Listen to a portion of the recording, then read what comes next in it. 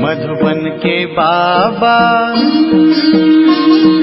मधुबन के बाबा मुरली वाले, आपका क्या कहना, आपका क्या कहना। ओम शांति। आज 27 फरवरी 2022 अव्यक्त बाप दादा के मधुर महावाक्य सुनेंगे। इसकी रिवाइज डेट है 18 जनवरी 1990। मुरली का सार, स्वयं और सेवा में तीव्र गति के परिवर्तन का गुह्य राज। खुद में भी चेंजेस और सेवा में भी कैसे चेंजेस कर सकते हैं, उसके बारे में बाबा आज हमें बहुत सुंदर समझानी दे रहे हैं।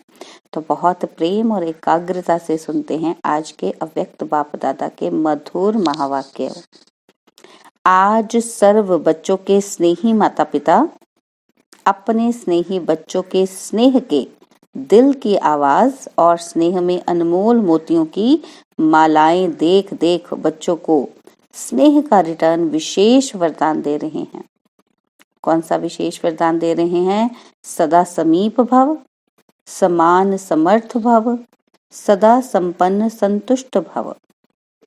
सबके दिल का स्नेह आपके दिल में संकल्प उठते ही बाप दादा के पास अति तीव्र गति से पहुंच जाता है। बच्चों के मन में संकल्प उठा और बाबा के पास पहुंच गया, इतनी फास्ट स्पीड से पहुंच जाता है। चारों ओर के देश विदेश के बच्चे आज प्यार के सागर में लवलीन हैं। बाप दादा उसमें भी विशेष कौन? ब्रह्मा माँ बच्चों को स्नेह में लवलीन देख स्वयं भी बच्चों के लव में स्नेह में समाये हुए हैं। बच्चे जानते हैं कि ब्रह्मा माँ का बच्चों में विशेष स्नेह रहा और अब भी है। पालना करने वाली माँ का स्वतः ही विशेष स्नेह रहता ही है। तो आज ब्रह्मा माँ एक एक बच्चे को देख हर्षित हो रही है कि बच्चों के मन में, बुद्धि में, दिल में, नयनों में माता पिता के सिवाय और कोई नहीं है। शिव बाबा तो देखते ही हैं, खुश होते ही हैं। तो बाबा ने आज स्पेशली बोला है कि ब्रह्मा माँ भी बहुत हर्षित हो रही है बच्चों के मन में, बुद्धि में, दिल में, नैनों में देखकर कि माता पिता के सिवाय और कोई नहीं है। सब बच्चे एक बल, एक भरोसे से आगे बढ़ रहे हैं। अगर कहाँ रुकते भी हैं तो माता पिता के स्नेह का हाथ फिर से समर्थ बनाए आगे बढ़ा देता है। बच्चे रुकते भी हैं तो माता पिता प्यार से हाथ बढ़ाकर फिर से उनको समर्थ बना देते हैं। आज माता पिता बच्चों के श्रेष्ठ भाग्य के गीत गा रहे थे, क्योंकि आज का दिन विशेष सूर्य चंद्रमा का बैकबोन होकर सितारों को विश्व के आकाश में प्रत्यक्ष करने का दिन है। जैसे यज्ञ की स्थापना के आदि में ब्रह्मा बाप ने बच्चों के आगे अपना सब कुछ समर्पित किया, अर्थात विल की, ऐसे आज के दिवस पर ब्रह्मा बाप ने बच्चों को सर्व शक्तियों की विल की, अर्थात विल पावर्स दी। समर्थी दिवस है ना, तो बाबा कह रहे हैं कि ब्रह्मा बाप ने इस दिन बच्चों को क्या दी? सर्व शक्तियों की विल दी। आज के दिवस नयनों द्वारा और संकल्प द्वारा बाप ने बच्चों को विशेष सन शोज फादर की विशेष सौगात दी। आज के दिवस बाप ने प्रत्यक्ष साकार रूप में करण करावनहार का पाठ बजाने का प्रत्यक्ष रूप दिखाया। ब्रह्मा बाप भी आज के दिन प्रत्यक्ष रूप में करण करावनहार बाप के साथी बने। करणहार निमित्त बच्चों को बनाया और करावनहार माता पिता साथी बने। आज के दिन ब्रह्मा बाप ने अपनी सेवा की रीति और गति परिवर्तन की। व्यक्त से अव्यक्त हो गए ना, तो आज के दिन विशेष ब्रह्मा बाप देह से सूक्ष्म फरिश्ता स्वरूप धारण कर ऊंचे वतन, सूक्ष्म वतन निवासी बने। किस लिए? बच्चों को तीव्र गति से ऊंचा उठाने के लिए, बच्चों को फरिश्ता रूप से उड़ाने के लिए। इतना श्रेष्ठ महत्व का दिवस है। सिर्फ स्नेह का दिवस नहीं, लेकिन विश्व की आत्माओं का, ब्राह्मण आत्माओं का और सेवा की गति का परिवर्तन ड्रामा में नूंदा हुआ था, जो बच्चे भी देख रहे हैं। विश्व की आत्माओं के प्रति बुद्धिवानों की बुद्धि बने, बुद्धि का परिवर्तन हुआ, संपर्क में आए, सहयोगी बने। ब्राह्मण आत्माओं में श्रेष्ठ संकल्प द्वारा तीव्र गति से वृद्धि हुई। सेवा के प्रति सन शोज फादर की गिफ्ट से विहंग मार्ग की सेवा आरंभ की। यह गिफ्ट सेवा की लिफ्ट बन गई। परिवर्तन हुआ ना? अब आगे चल सेवा में और परिवर्तन देखेंगे। बाबा कहते अभी तक आप ब्राह्मण आत्माएं अपने तन मन की मेहनत से प्रोग्राम्स बनाते हो, स्टेज तैयार करते हो, निमंत्रण कार्ड छपाते हो, कोई वीआईपी को बुलाते हो, रेडियो टीवी वालों को सहयोगी बनाते हो, धन भी लगाते हो। बाबा कहते लेकिन आगे चल आप स्वयं वीआईपी हो जाएंगे। देखो कितनी बड़ी बात बाबा ने बोली। बाबा कहते आपसे बड़ा कोई दिखाई नहीं देगा। बनी बनाई स्टेज पर दूसरे लोग आपको निमंत्रण देंगे, अपने तन मन धन की सेवाओं की स्वयं ऑफर करेंगे, आपकी मिन्नतें करेंगे। देखो बाबा कहते हैं मेहनत आप नहीं करेंगे, वह रिक्वेस्ट करेंगे कि आप हमारे पास आओ। तब ही प्रत्यक्षता की आवाज बुलंद होगी और सबका अटेंशन आप बच्चों की तरफ जाएगा। यह ज्यादा समय नहीं चलेगा। सबकी नजर बाप तरफ जाना अर्थात प्रत्यक्षता होना और जय जयकार के चारों ओर घंटे बजेंगे। यह ड्रामा का सूक्ष्म राज बना हुआ है। प्रत्यक्षता के बाद अनेक आत्माएं पश्चाताप करेंगी और बच्चों का पश्चाताप बाप देख नहीं सकता, इसलिए परिवर्तन हो जाएगा। अभी आप ब्राह्मण आत्माओं की ऊंची स्टेज सदाकाल की बन रही है। आपकी ऊंची स्टेज सेवा की स्टेज के निमंत्रण दिलाएगी। जैसे हमारी स्थिति ऊंची होगी, बाबा कहते हैं उसी कारण आपको सेवा के निमंत्रण आएंगे और बेहद विश्व की स्टेज पर जय जयकार का पाठ बजाएंगे। सुना सेवा का परिवर्तन। बाप के अव्यक्त बनने के ड्रामा में गुप्त राज भरे हुए थे। कई बच्चे सोचते हैं कि कम से कम ब्रह्मा बाप छुट्टी तो लेके जाते। तो बाबा कहते तो क्या आप छुट्टी देते? नहीं देते ना। तो बलवान कौन हुआ? अगर छुट्टी लेते तो कर्मातीत नहीं बन सकते, क्योंकि ब्लड कनेक्शन से पद्म गुना ज्यादा आत्मिक कनेक्शन होता है, आत्मा का रिश्ता होता है। ब्रह्मा को तो कर्मातीत होना था या स्नेह के बंधन में बंधना था? बाबा कहते बताओ आप। ब्रह्मा बाप भी कहते हैं कि ड्रामा ने कर्मातीत बनाने के बंधन में बांधा, और बांधा कितने टाइम में? समय होता तो और पाठ हो जाता, इसलिए घड़ी का खेल हो गया। बच्चों को भी अनजान बना दिया, बाप को भी अनजान बना दिया। इनको कहते हैं वाह ड्रामा वाह। ऐसा ही है ना? जब वाह ड्रामा वाह है तो और कोई संकल्प उठ ही नहीं सकता। फुल स्टॉप लगा दिया ना। नहीं तो कम से कम बच्चे पूछ तो सकते थे कि क्या हो रहा है, लेकिन बाप भी चुप, बच्चे भी चुप रहे। इसको कहते हैं ड्रामा का फुल स्टॉप। उस घड़ी तो फुल स्टॉप ही लगाना। पीछे भल क्वेश्चन कितने भी उठे, लेकिन उस घड़ी नहीं। तो वाह ड्रामा वाह कहेंगे ना। बाबा बाबा बुलाया भी पीछे, पहले नहीं बुलाया। यह ड्रामा की विचित्र नूंद होनी ही थी और होनी ही है। परिवर्तनशील ड्रामा पाठ को भी परिवर्तन कर देता है। यह सब टीचर्स अव्यक्त रचना है, मेजॉरिटी। साकार की पालना लेने वाली टीचर्स बहुत थोड़ी हैं। फास्ट गति से पैदा हुई हो, क्योंकि संकल्प की गति सबसे फास्ट है। आदि रत्न है मुख वंशावली और आप हो संकल्प की वंशावली। इसलिए ब्रह्मा की 2 रचना गाई हुई हैं। कौन सी 2 रचना? मुख वंशावली, जब साकार ब्रह्मा बाबा थे उनके मुख से सुना ज्ञान, और दूसरा बाबा के अव्यक्त होने के बाद जो वंशावली बनी, जो बच्चे बने। तो बाबा कहते 2 तरह के बच्चे हैं, मुख वंशावली और संकल्प की वंशावली। एक मुख वंशावली फिर संकल्प द्वारा सृष्टि रची। बाबा कहते हो तो ब्रह्मा की रचना, तभी तो बीके कहलाते हो, शिव कुमारी तो नहीं कहलाते हो ना। डबल फॉरेनर्स भी जब संकल्प की रचना है। बाबा कहते हैं डबल फॉरनर्स भी सारे के सारे बच्चे कौन सी रचना है? संकल्प की रचना है। ऐसे तीव्र गति से सब टीचर्स आगे बढ़ रही हो। जब रचना ही तीव्र गति की हो तो पुरुषार्थ भी तीव्र गति से होना चाहिए। सदा यह चेक करो, क्या चेक करना है? कि सदा तीव्र पुरुषार्थी हूं व कभी कभी हूं। समझा? अब क्या क्यों का गीत खत्म करो, वाह वाह के गीत गाओ। अच्छा, बाबा पूछ रहे हैं, ठीक है ना?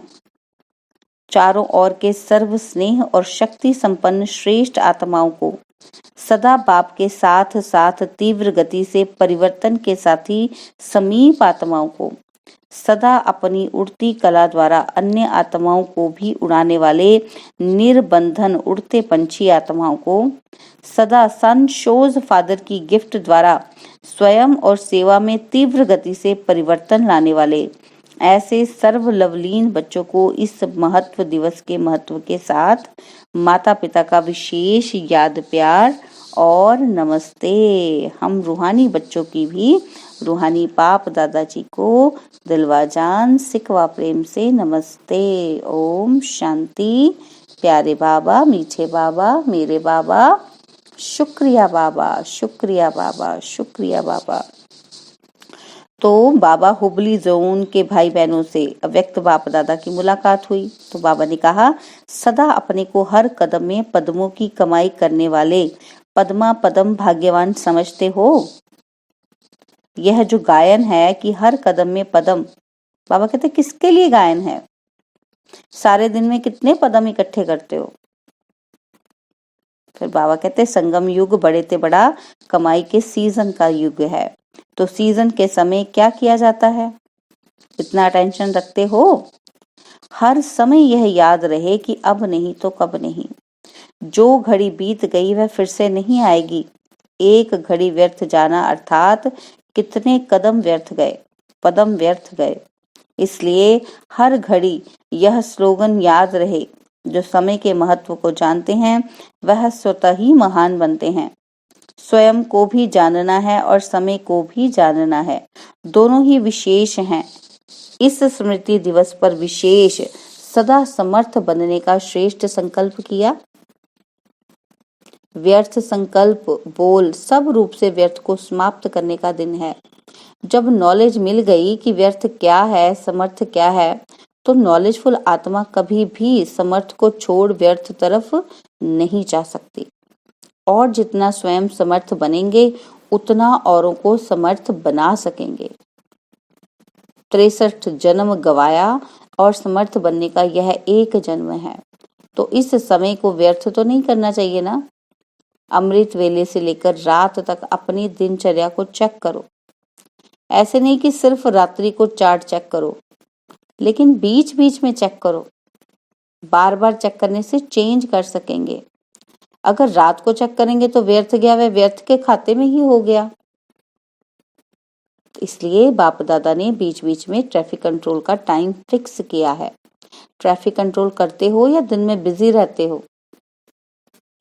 बाबा कहते अपना नियम बना रहना चाहिए, चाहे टाइम कुछ बदली हो जाए, लेकिन अगर अटेंशन रहेगा तो कमाई जमा होगी। उस समय अगर कोई काम है तो आधे घंटे के बाद करो, लेकिन कर तो सकते हो। घड़ी के आधार पर भी क्यों चले? अपनी बुद्धि ही घड़ी है। दिव्य बुद्धि की घड़ी को याद करो। जिस बात की आदत पड़ जाती है तो आदत ऐसी चीज है जो ना चाहते भी अपनी तरफ खींचेगी। जब बुरी आदत रहने नहीं देती, अपनी तरफ आकर्षित करती है, तो अच्छे संस्कार क्यों नहीं अपना बना सकते? तो सदा चेक करो और चेंज करो, तो सदा के लिए कमाई जमा होती रहेगी। अच्छा, और बाबा ने फिर कहा, सदा अपने को रूप बसंत अनुभव करते हो? पूछ रहे हैं बाबा। रूप अर्थात ज्ञानी तो आत्मा भी है और योगी तो आत्मा भी है। जिस समय चाहे रूप बन जाए और जिस समय चाहे बसंत बन जाए। इसलिए आप सबका स्लोगन है, योगी बनो और पवित्र बनो, माना ज्ञानी बनो। औरों को यह स्लोगन याद दिलाते हैं ना, तो दोनों स्थिति सेकंड में बन सकती हैं। ऐसे ना हो कि बनना चाहे रूप और याद आती रहे ज्ञान की बातें। बाबा कहते सेकंड से भी कम टाइम में फुल स्टॉप लग जाए, ऐसे नहीं फुल स्टॉप लगाओ अभी और लगे 5 मिनट के बाद। इसे पावरफुल ब्रेक नहीं कहेंगे। पावरफुल ब्रेक का काम है जहां लगाओ वहां लगे।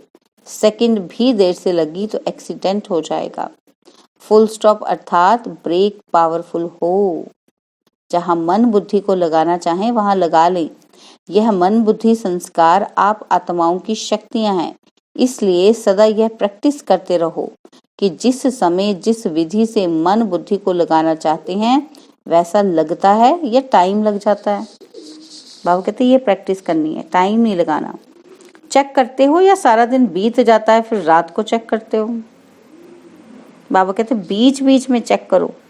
जिस समय बहुत बुद्धि बिजी हो उस समय ट्रायल करके देखो कि अभी अभी अगर बुद्धि को इस तरफ से हटाकर बाप की तरफ लगाना चाहें तो सेकंड में लगती है। बाबा कहते ऐसे तो सेकंड भी बहुत है। इसको कहते हैं कंट्रोलिंग पावर। जिसमें कंट्रोलिंग पावर नहीं वह रूलिंग पावर के अधिकारी बन नहीं सकते। स्वराज्य के हिसाब से अभी भी रूलर, बाबा कहते रूलर हो आप, स्वराज्य मिला है ना। ऐसे नहीं आंखों को कहो यह देखो और देखे कुछ और, कान को कहो यह नहीं सुनो और सुनते ही रहें। इसको कंट्रोलिंग पावर नहीं कहते। कोई भी कर्मेंद्रिय धोखा ना दे, इसको कहते हैं स्वराज्य।